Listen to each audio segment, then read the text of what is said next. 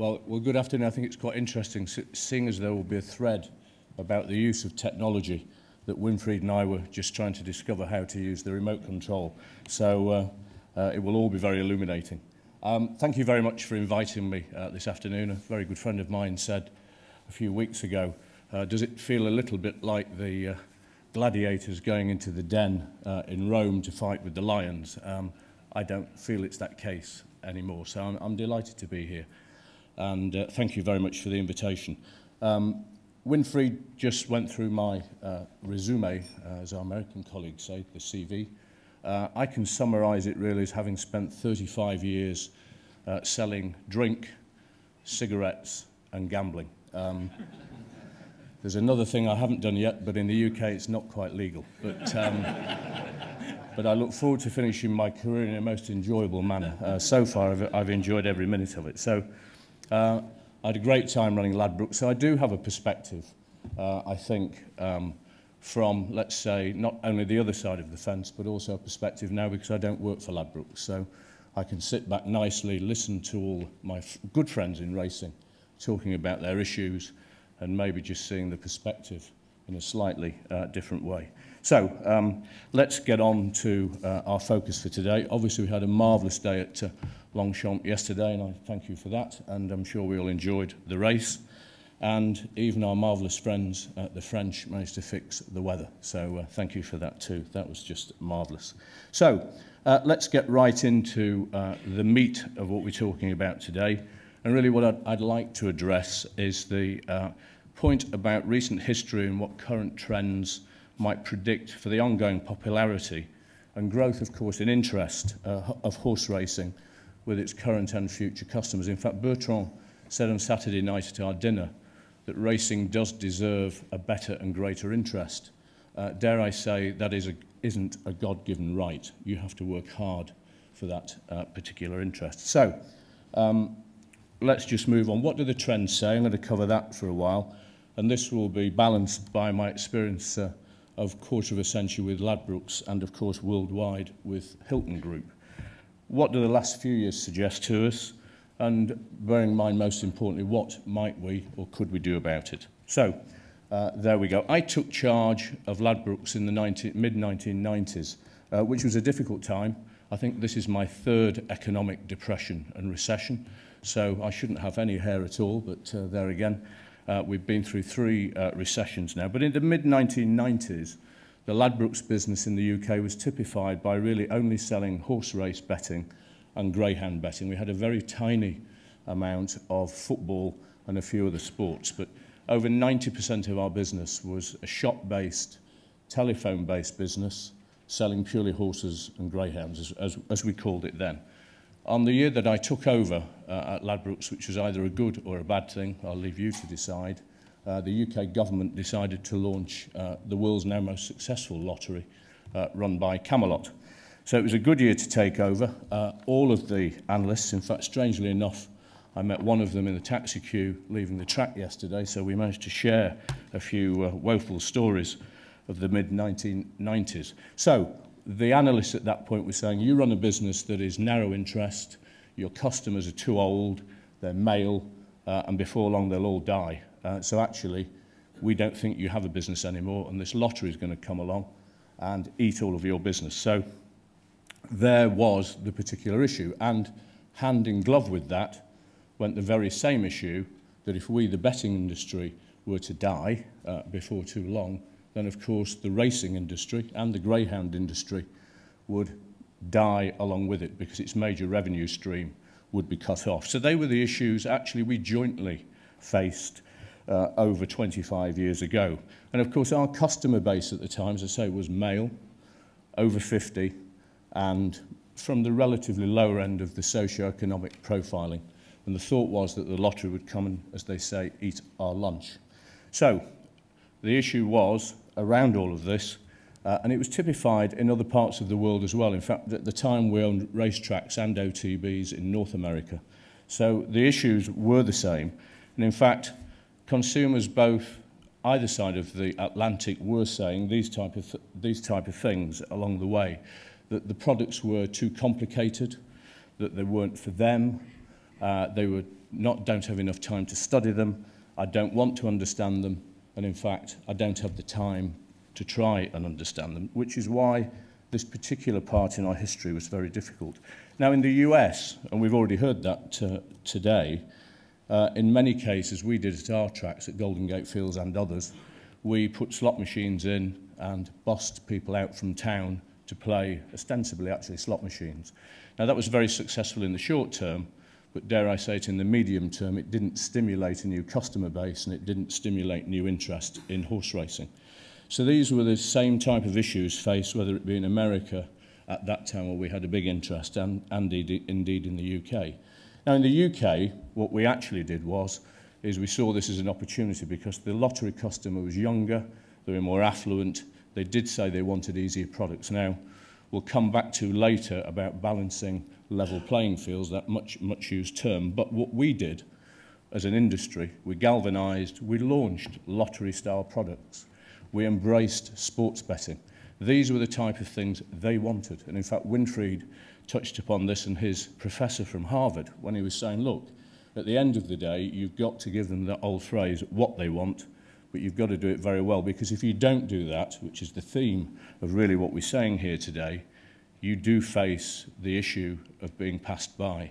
So in that case, we had to embrace these opportunities. Indeed, the industry did. And it was about giving people products that they wanted to participate with that were easy to understand. And bearing in mind, we hadn't even started to think about technology and the internet at this stage. So that was about to come.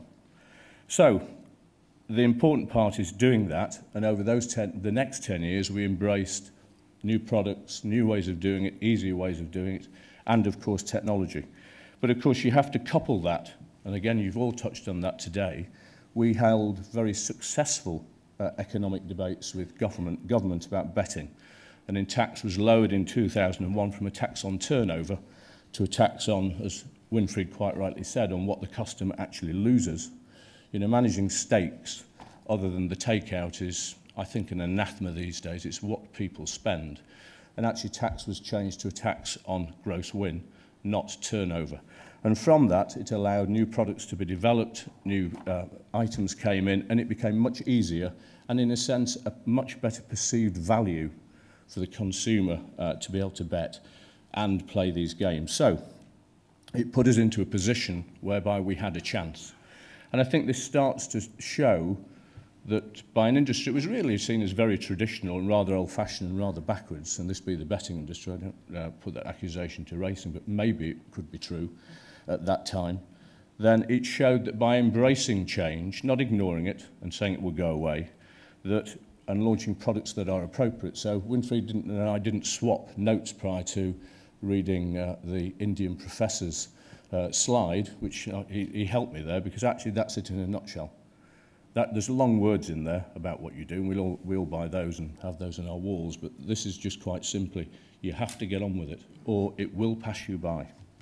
So, in the UK, 8 out of 10 adults now play the lottery. In the UK, 6% of all adults used to bet on betting. They still do, even though obviously a lot of them did migrate to lotteries, and a lot of them did die because they're older. So now the profile of the UK betting consumer is much younger, mirrors the national norm. They're more affluent, they're male, and we have more females playing as well because it's easier, they're not as aggressive places to go to. So that transition of the last 20 years has certainly helped. And of course, the power now of sports betting. You know, certainly if you go to Asia, you will know this better than me. You will see more English Premier League football, more European football than you do in Europe. I mean, it's quite a remarkable phenomenon. People are interested in it. It's easy to understand. It's easy to have a bet on it. So all of these things take you to a point that is quite different. There was a statistic in the UK press last week, which you might want to take away with you, that talks about embracing change, or I will put it in the embracing change category. Over 50% of UK consumers now have access to at least 3 internet-derived devices. So whether that be PC, TV, iPad, iPhone, the list goes on, or a mobile tablet. So they're already on average using 3 every day to do whatever it is they wish to do to shop.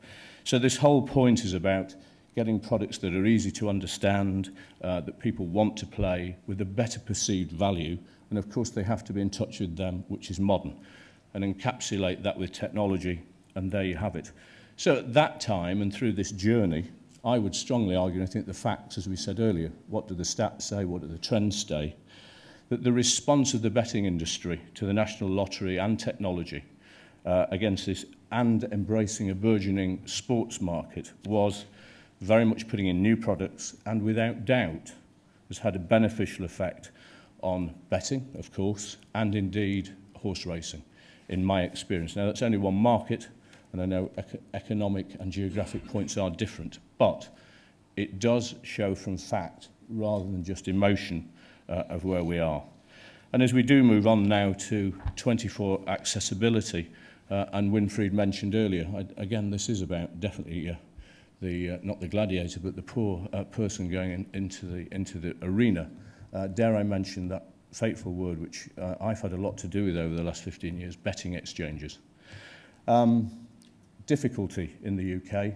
The tax change enabled them to happen because, again, by the same token that we put better value betting into the consumer's possibility, into their realm, it also meant that betting exchanges became possible because tax wasn't on turnover. Simple as that, and at the same time we had technology.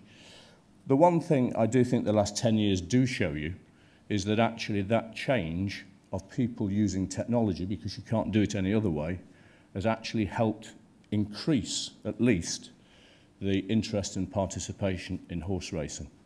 I think there's another debate about whether that is economically helpful to your sport, horse racing. And in the UK, dare I say, I don't know the answer, as a gamekeeper turned poacher, that at this point in this journey, 10, 15 years later, probably exchanges in the UK, in which is probably the most complex gambling market in the world, you can do anything in the UK, are probably contributing, some would argue, about that by now their due contribution to horse racing. I think that's questionable, personally, but I think it has moved a long way, and the debate has certainly moved on from should they be done away with, because actually I think that point has somewhat passed these days. So where does that move us all to? I would argue that embracing change, lottery-type consumers, betting exchanges, technology, sports betting in particular in this part, is absolutely vital to keeping life, growth, and refreshing your customer base and income, not just in the short term, but over the medium to long term. So that particular challenge is vital. It's not just about the short term, as we mentioned. And of course, these challenges are even more difficult if you move out of what I would call not just a well-regulated, but a regulated market into less regulated markets, where these challenges are more difficult. And certainly we've heard of some of those points this afternoon where regulation, take Italy for example, I'm sure we could debate for quite some time. I had 200 betting shops in Italy in my time under that new legislation. It was a nightmare. And it sounds to me it's got a lot more difficult for the operators. So good regulation, whatever that means, balanced regulation, and work with your regulator and fiscal policy is also key. So where does that take us to? Exactly this particular slide, because we need to look at discussion, and Bertrand and many other speakers this afternoon have talked about having good relationships with your politicians, regardless of their creed or colour or whichever party they stand for. I would just add one point to the debate, because we've heard about it's important to make your case both economically, but always try and make for your responsible ministers that they have no problems. Because as we all know, politicians, like all of us, but particularly politicians, do not need problems on their desks. So if the industry is disjointed, is arguing, is not focused, they will not listen to you. And that is absolutely clear. And then you can start to have positive dialogue about being part of a community and why actually gambling revenues are not a bad thing. Good, well-regulated gambling happens anyway. Why not clip the ticket? Why not be responsible? Because if you do, then you minimise harm, you minimise criminality, and actually the government, of course, as we all know, at the end of the day, gets to clip the ticket. So everybody wins. As we know, the world never quite works on logic, Oh, but it did, because it would be a darn sight easier. So you can reduce criminality, increase taxes, and of course prevent people being harmed along the way, because we do work in an industry that can have some side impacts that none of us would want, to be quite frank. So, interest in horse racing can increase, I would advocate to you, if you embrace some of these points of interest. Not every market, not every jurisdiction is the same, evidently so.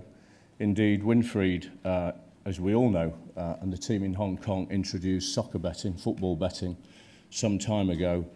Look how hugely successful that has been. I would argue Winfried will know much better than me, so I would not step onto his turf.